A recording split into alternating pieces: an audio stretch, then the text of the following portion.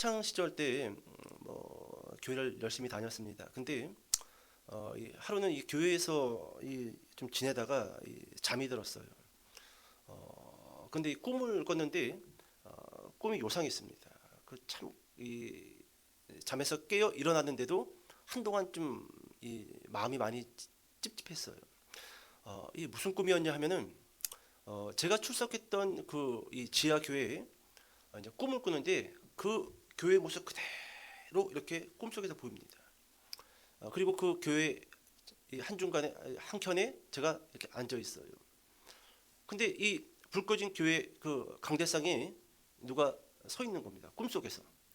그래서 이렇게 그 강대상에 누가 서 있나, 목사님인가 전도사님인가 하고 이렇게 쳐다봤는데 이 장발을 한 키가 한 190 정도 돼 보이는 외눈박이에 한쪽 다리가 없는 이상하고 요상한 것이 서서 팔짝팔짝 뛰고 있는 거예요. 요상하죠, 꿈이. 교회를 배경으로. 개꿈이죠, 맞아요. 개꿈 맞습니다. 근데 그렇게 일어나고 나서 한동안 마음이 상당히 찜찜했어요. 교회를 배경으로 또 이 강단을 배경으로 좀 아름답고 선한 것을 봤으면은 괜찮았을 텐데 왜 이런 우리 사모가 말한 것처럼 꾸지 말아야 개꿈을 꿨는지 그냥 그야말로 그냥 꿈일 뿐이지요. 꿈일 뿐이지요. 거기에 대해서 해석을 할 필요도 없고 거기에 대해서 교회가 기도를 하지 않으니까 이런 꿈을 꾼다라고 말하는 것도 지가 기도하면 되지 누구 보고 기도하라고 하냐고 말할 필요도 없지요. 여러분 오늘 본문 이 13장 14절은 이렇게 시작되어집니다. 한번 14절 말씀 같이 한번 읽어볼까요? 시작. 읽는 자는 깨달을진저 그때에 유대에 있는 자들은 산으로 도망할지어다. 아멘. 멸망에 가증한 것이라는 단어가 기록되어져 있습니다. 이 멸망에 가증한 것이 어디에 선다라는 거예요? 거룩한 곳은 어딜까요? 성전입니다. 성전이에요. 이게 마지막 때에 이 마지막 때가 초일기에 들어가면은 나타나는 시대의 징조라는 거예요. 멸망에 가증한 것이 거룩한 곳에 선 것을 보거든 그때부터는 긴장의 끈을 늦추면 안 된다라는 거예요. 근데 여러분 이 마가복음 방금 우리가 읽었던 이 본문하고 평행 본문인 마태복음에 가서 보게 되면요, 마태는 이렇게 이야기합니다. 그러므로 너희가 선지자 다니엘이 말한 바 멸망에 가증한 것이 거룩한 곳에 선 것을 보거든. 선지자 누가 말했다고요? 다니엘이 말했다라고 이야기합니다. 그러니까 멸망에 가증한 것이 거룩한 곳에 선 것을 보거든, 이 말을 마가가 한 것도 아니고 마태가 한 것도 아니고 구약 선지자 누구 말을 인용했다? 다니엘. 우리 다니엘과 새 친구 아시지요? 다니엘. 그러면 우리가 이제 어디로 넘어가야 될 것 같아요? 다니엘서죠? 예, 다니엘서로 한번 넘어가 보도록 하겠습니다. 자, 먼저 다니엘 9장 27절입니다.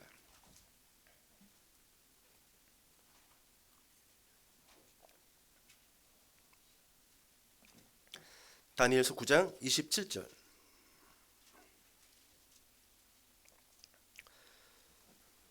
자, 읽어봅시다. 시작.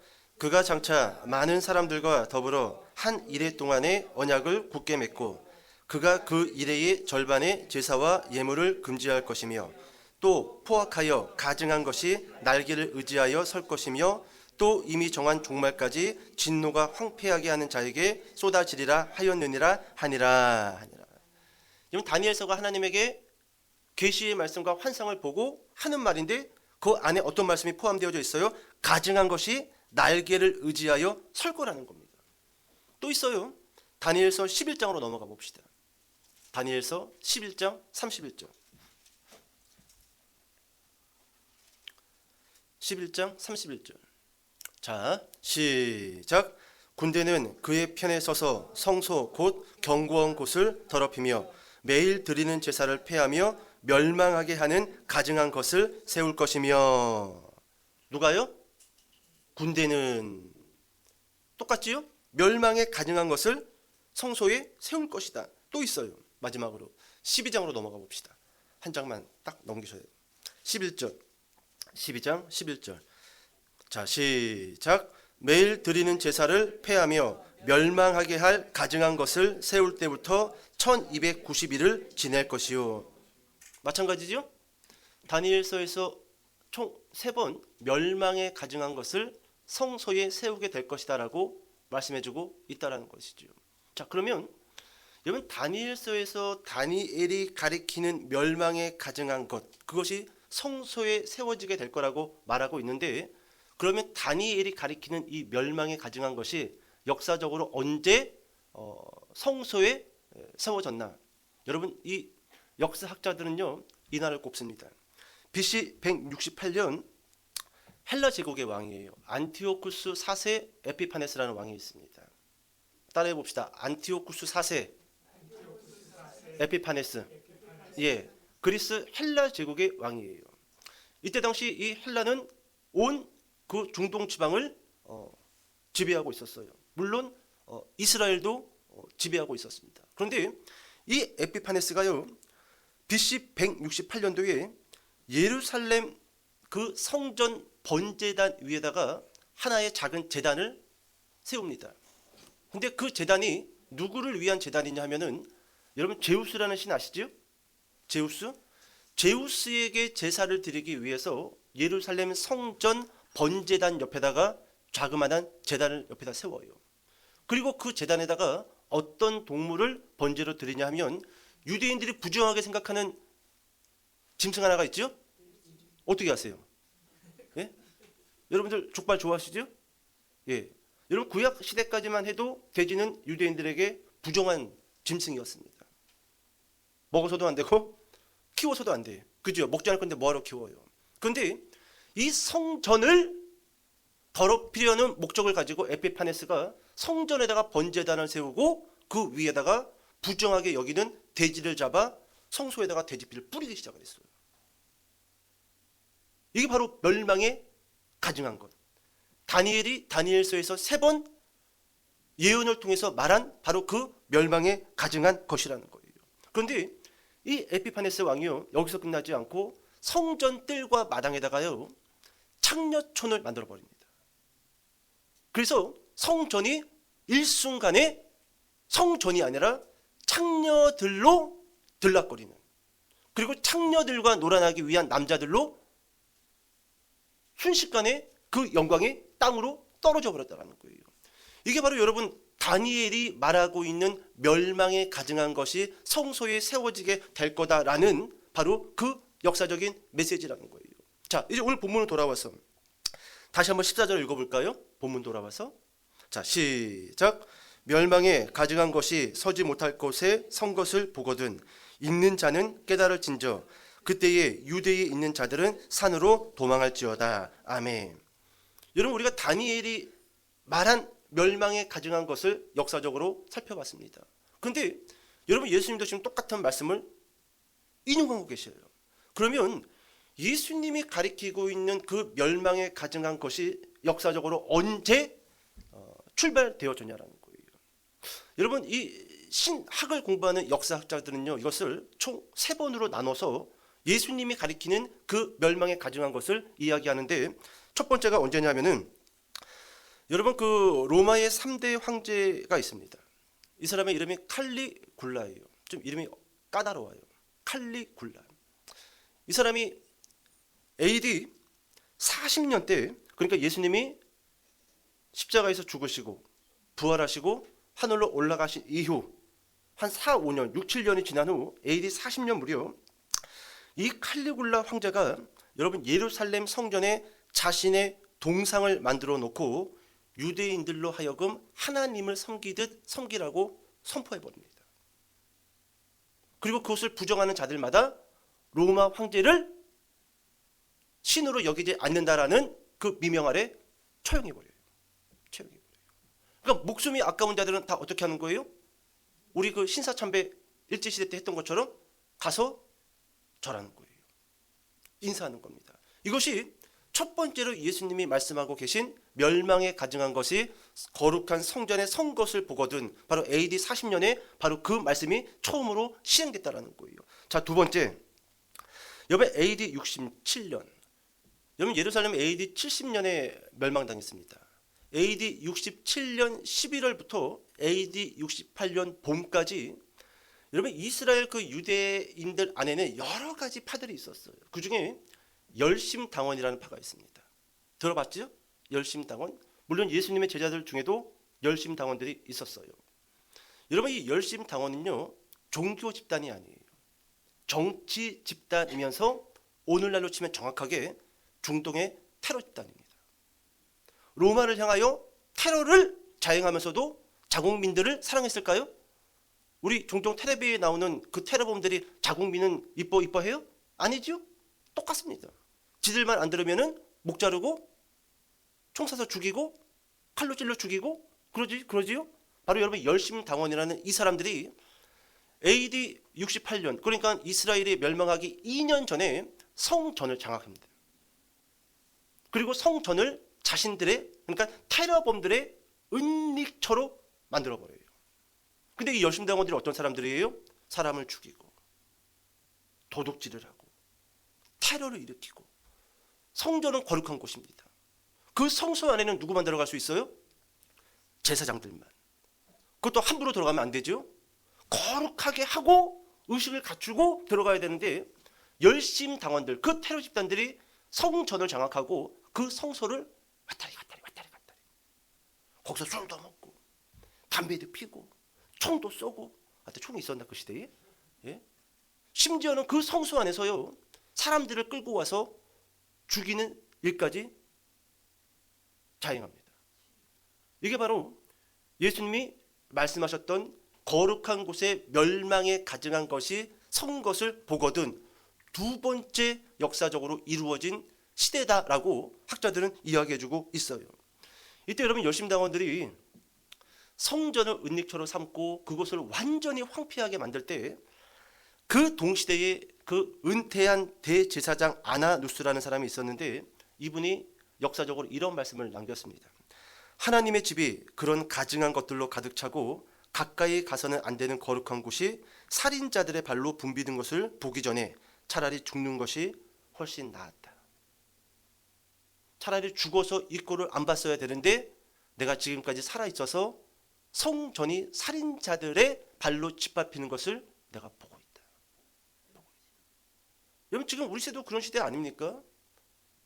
지금 빚더미에 앉은 큰 교회들 그리고 그 빚을 갚지 못해서 그것이 법원의 경매로 넘어간 교회 건물들마다 다 누가 흡수하고 있죠? 그렇습니다. 이단들이에요.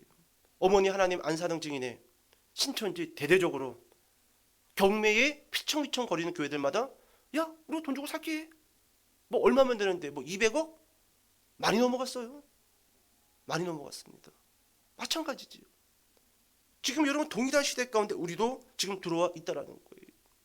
결국 이 이스라엘은 AD 70년 로마로부터 완전히 멸망을 당하지요. 여러분 예수님이 멸망에 가증한 것이 성전에 선 것을 보거든 너희는 뒤도 돌아보지 말고 산으로 도망가라라고 말씀해주고 있다라는 거예요.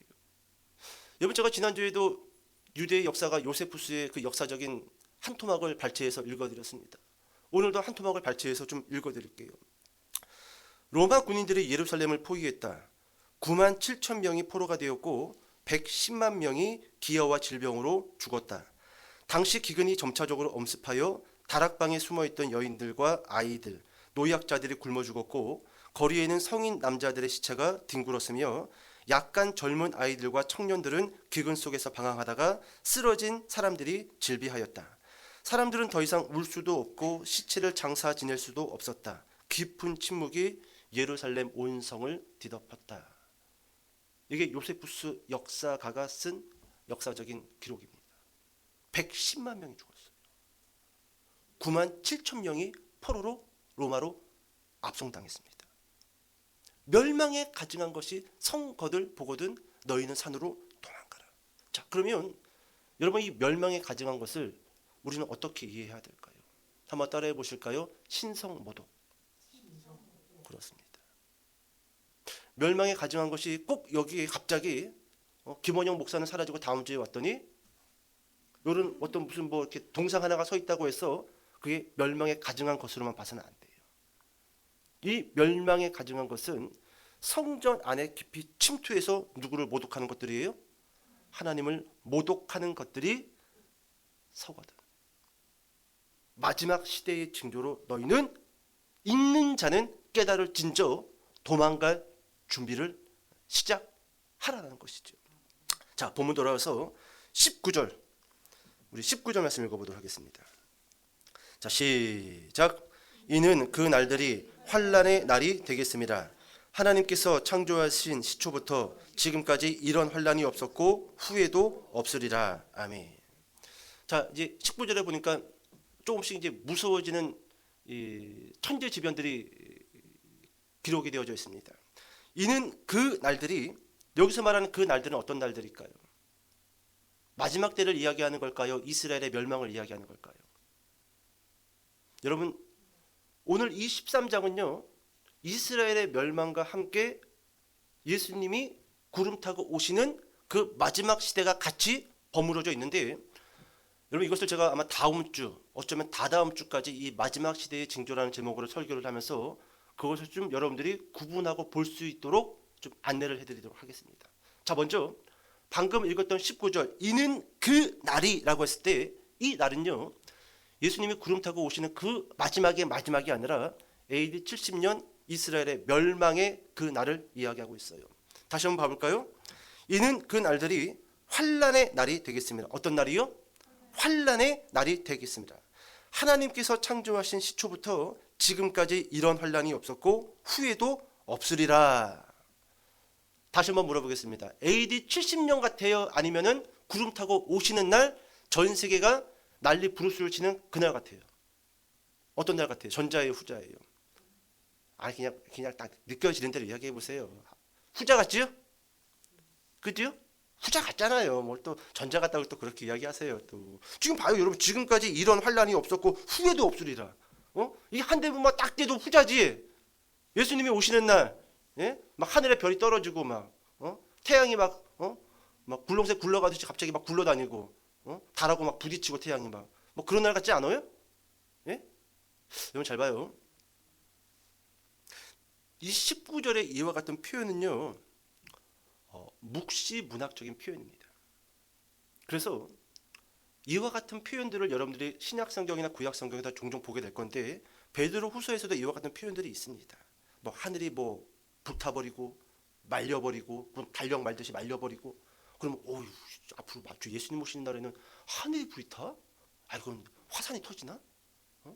이건 뭐지 이게?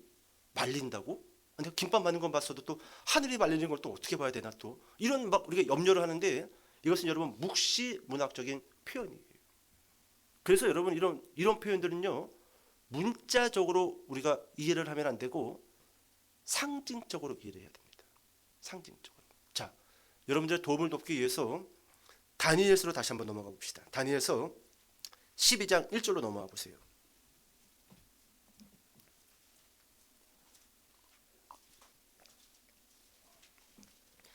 다니엘서 12장 1절. 자, 시작. 내 민족을 호위하는 큰 군주 미가엘이 일어날 것이요 또 환란이 있으리니 이는 계곡 이래로 그때까지 없던 환란일 것이며. 여기까지요. 여러분 다니엘도 비슷한 표현을 쓰지요. 이전에도 없었고 이후에도 없었다라고 아까 마가복음에서 그랬는데, 다니엘도 그때까지 없던 환란일 것이다 라는 표현을 씁니다. 이게 묵시 문학적인 표현이에요. 하나 더 찾아봅시다. 에스겔서로 넘어와 보세요. 에스겔서 16 찾기도 편하다. 16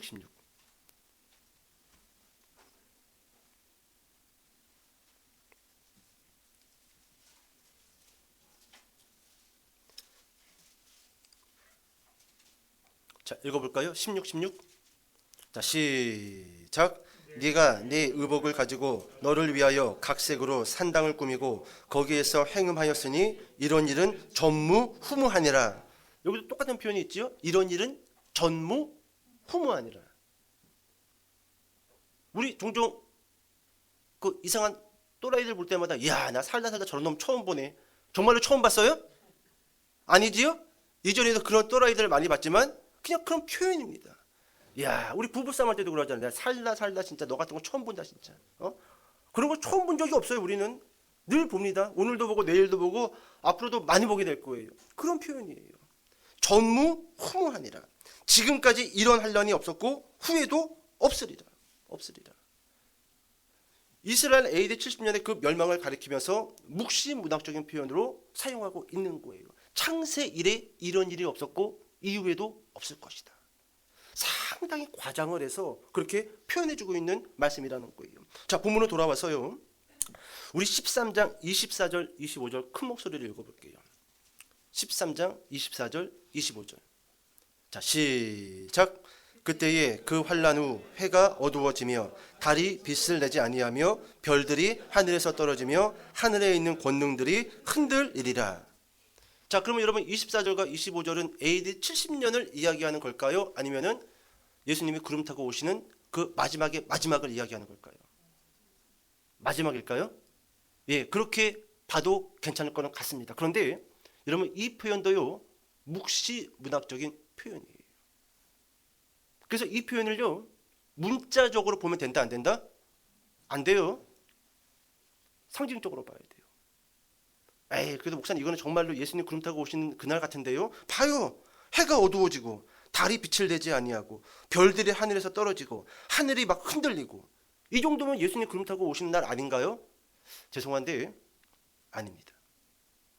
24절 이렇게 시작하죠. 그때에, 이 그때는요, 지금 AD 70년 멸망에 가증한 것이 선 것을 보거든 그것을 그대로 지금 이어서 문장이 이어져 오고 있는 그때예요.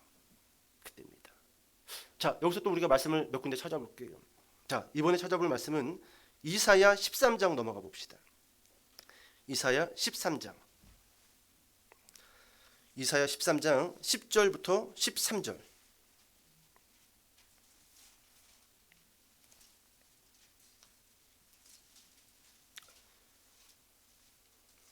이사야 13장 10절부터 13절.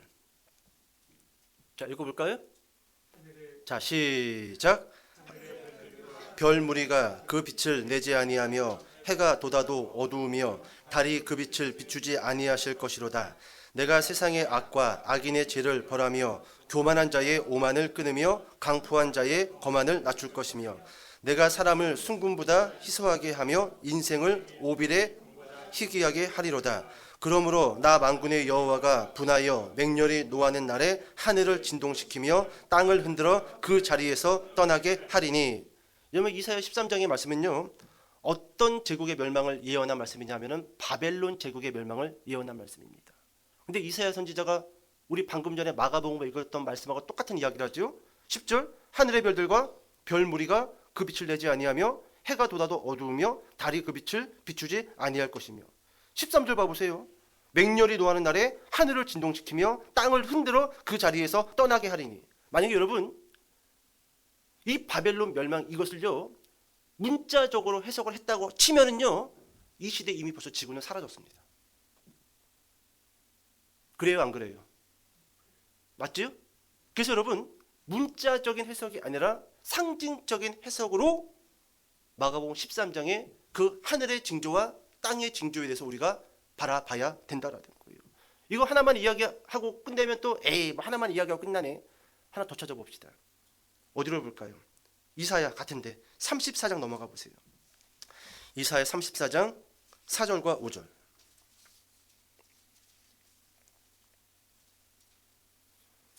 (34장 4절과 5절) 자, 시작. 하늘의 만상이 사라지고 하늘들이 두루마리 같이 말리되 그 만상의 세잔함이 포도나무 잎이 마름 같고 무화과 나무 잎이 마름 같으리라. 여호와의 칼이 하늘에서 족하게 마셨은즉 보라, 이것이 에돔 위에 내리며 진멸하시기로 한 백성 위에 내려 그를 심판할 것이라. 이사야 34장은 누구를 의 심판에 대한 말씀이에요? 방금 기록되어져 있었는데 에돔입니다. 에돔이에요. 근데 똑같지요? 만상이 사라지고 하늘의 만상이 사라졌으면 지금 우리가 지구에 살 수 있을까요? 그러면 예수님은 오실 수 있었을까요? 아니지요? 아니에요. 하늘이 두루마리 같이 말리되 베드로 후서에서 베드로 사도는요 이사야 34장의 말씀을 인용해서 마지막 시대의 징조를 강조합니다. 문자적으로 보면 안 되고 무엇으로 봐야 된다? 상징적인 해석을 가지고 이 말씀들을 바라볼 필요가 있다라는 거예요. 여러분 이번 말씀을 찾아보지 마시고 시간 많이 가니까 제가 읽어드릴게요. 에스겔서 32장의 말씀인데 내가 너를 불 끄듯 할 때에 하늘을 가리어 별을 어둡게 하며 해를 구름으로 가리며 달이 빛을 내지 못하게 할 것이며 하늘의 모든 밝은 빛을 내가 네 위에서 어둡게 하여 어둠을 네 땅에 베풀리로다. 주 여호와의 말씀이니라. 여러분 이 에스겔서 이 말씀은요 애굽이 바벨론에 의해서 패망할 거라는 것을 예언하고 있는 말씀입니다. 똑같아요. 하늘이 말리고 별들이 막 다 떨어지고 태양은 온데간데 빨개져 버리고 부끄러워가지고 똑같습니다. 문자적으로 봐야 돼요? 상징적으로 봐야 돼요? 상징적으로 봐야 된다라는 것이죠. 이제 설교 정리합시다. 여기까지만 보고. 여러분 마가복음 13장에 와서 예수님은 마지막 시대의 징조를 우리에게 말씀해 주시고 있습니다. 목사님 그거는 뭐 AD 70년대 이야기라며요. 그럼 뭐 2000년이 지난 지금 우리가 이 말씀을 들어야 될 이유가 무엇이죠? 아니에요. 역사는 반복됩니다. 구약의 사건을 통해서 신약을 해석하는 거예요. 왜요? 역사가 반복되기 때문에. 가장 큰 대환란은 있습니다. 바벨론이 패망하고 애굽이 패망하고 AD 70년 이스라엘이 110만 명이 죽으면서 패망할 때 여러분 그 역사를 그 시대의 역사로 볼 것이 아니라 전 지구적으로 예수님이 다시 오시는 그날 똑같은 역사의 반복이 있을 거라는 거예요. 그래서 징조를 너희는 살피고 마지막 때를 준비하라라는 거예요. 뭐 오늘도 밥 먹고 잠자고 살았으니 뭐 내일도 똑같겠거니 그렇게 생각하시면 큰 오산이에요. 인생 그렇게 호락호락하지 않습니다. 마지막 시대에 너희들은 그 징조를 읽고 깨달으라고 이 말씀을 주셨다라는 거예요. 그런데 여러분 이 마지막 시대의 징조를 예수님께서 우리에게 다시 말씀하시는 그 이유가 어디에 있는가? 여기에 있습니다. 이와 같은 시대적인 징조를 틈타서 누가 우리에게 접근하냐 하면 미혹하는 거짓 그리스도들과 거짓 선지자들을 조심하라는 거예요. 이와 같은 징조를 통해서 누가 우리에게 접근한다? 이단들이 접근한다라는 거예요. 여러분 마가복음 13장에 와서 22절 말씀 한번 읽어볼까요? 마가복음 13장 22절. 자 시작.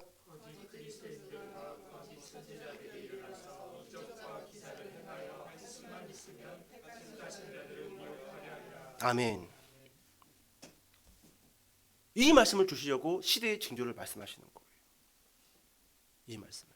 거짓 그리스도들과 거짓 선지자들을 조심하라. 그들이 무엇과 무엇을 행한다? 이적과 기적을 행한다. 여러분 뭐 죽은 자가 살아났다고 해도 여러분 쳐다보지 마세요. 안진뱅이가 일어났다고 해도 쳐다보지 마세요. 거짓 그리스도들과 거짓 선지자들이 일어나서 이적과 기사를 행하여 너희를 미혹하게 될 거라는 거예요. 우리는 오직 무대만 딱 꼽혀 있어야 돼요. 예수님이요? 이렇게 이야기할게요. 말씀을 쫓아가세요. 말씀.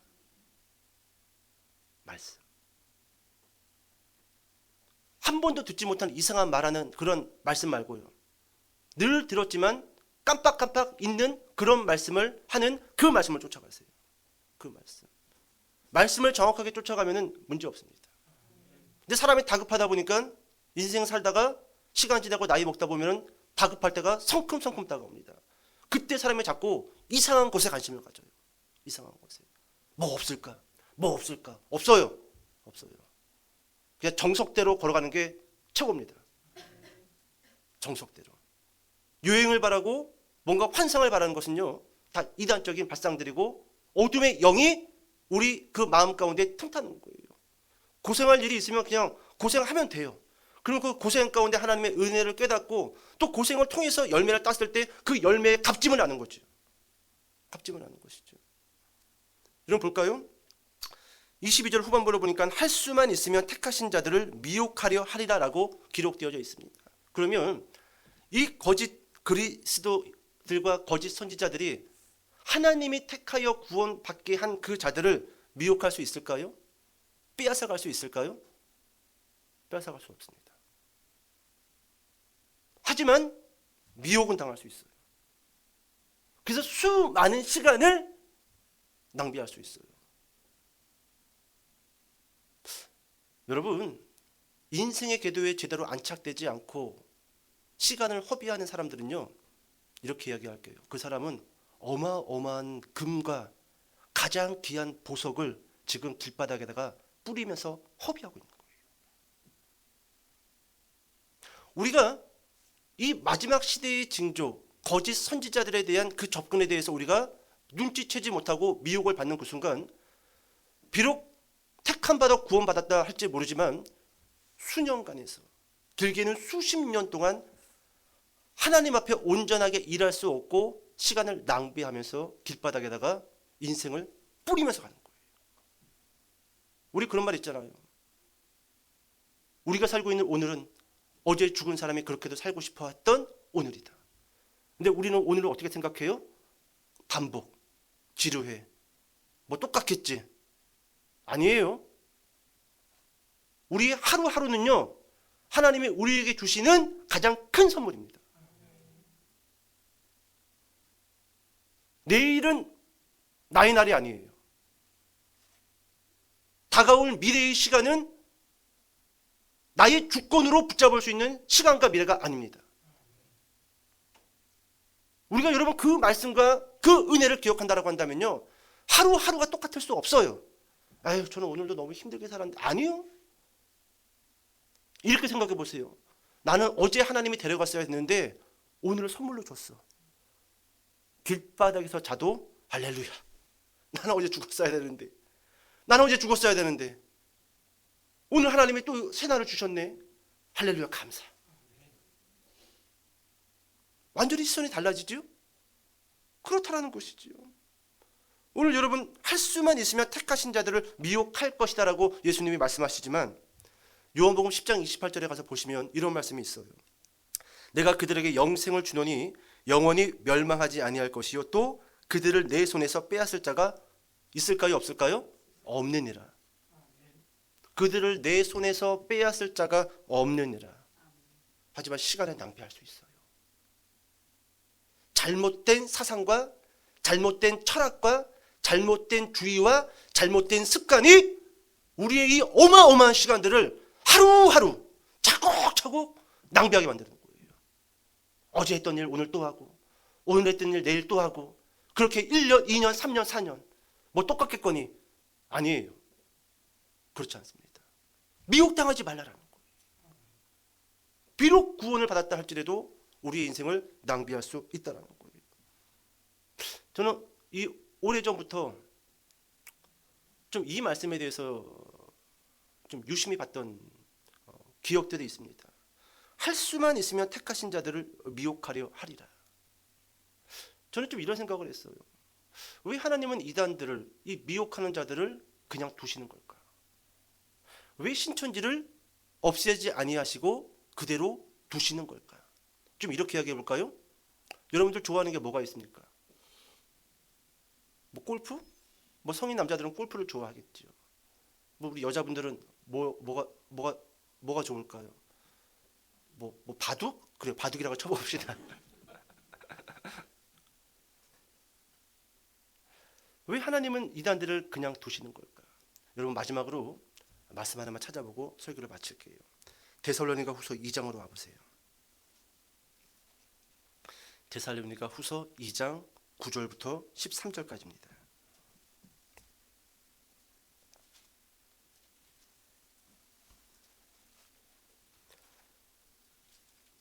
데살로니가 후서 2장 9절부터 13절까지요.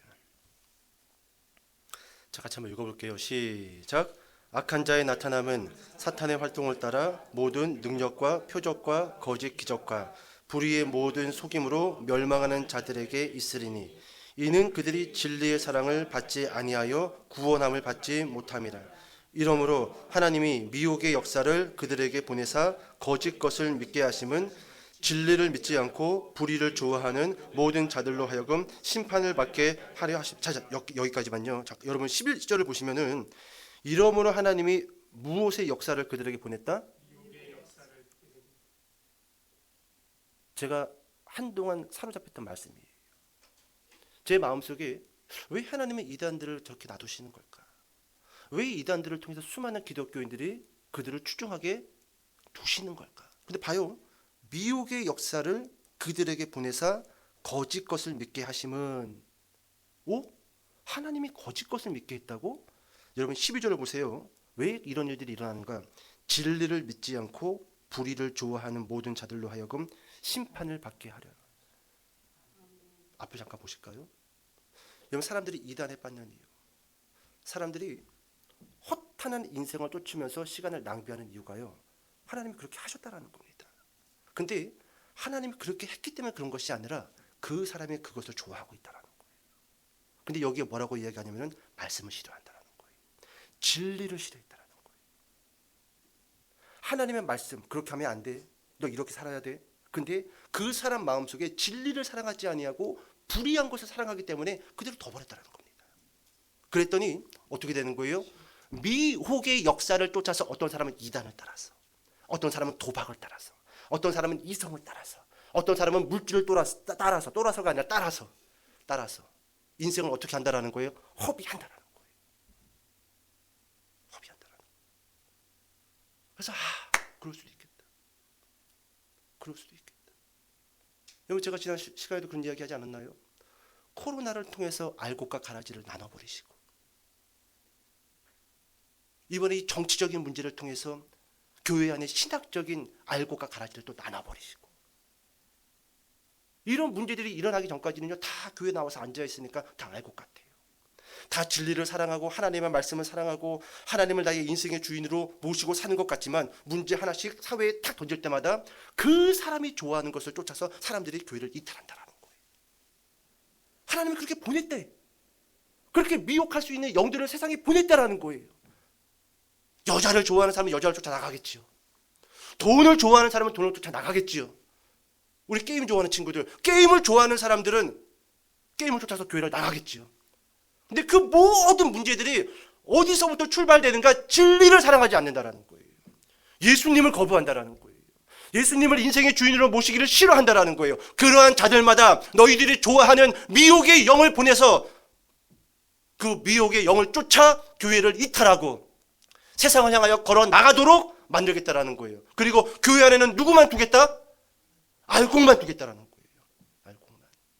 그래서 여러분 종말의 때 예수님이 구름을 타고 이 땅에 다시 오시는 그때 저는 이렇게 생각합니다. 물론 제 말이 다 맞을 수는 없지만 교회는 가장 알곡다운 신자들로, 가장 예수 그리스도를 나의 인생의 주인으로 섬기며 인생을 드렸던 그 사람들로 채워져 있을 거예요. 적어도 가장 순수한 교회. 다 걸러지는 거예요. 싹 걸러지는 거예요. 그리고 정말로 내 인생을 다해서 나는 예수 그리스도 한 분을 예배하겠습니다.